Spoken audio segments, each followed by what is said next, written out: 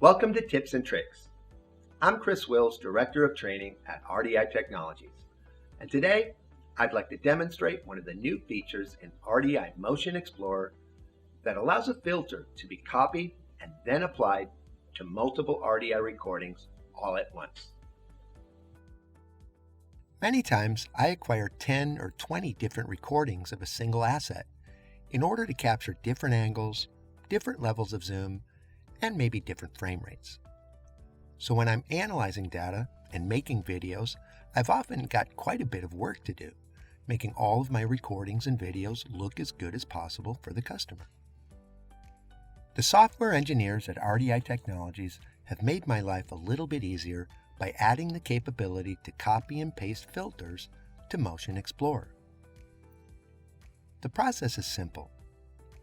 In Motion Explorer, I highlight the recording to which I've already applied a filter. In this example, I've applied a 33 to 35 Hz band pass filter. I highlight the filtered recording, go to the top of the screen and click Copy Filters.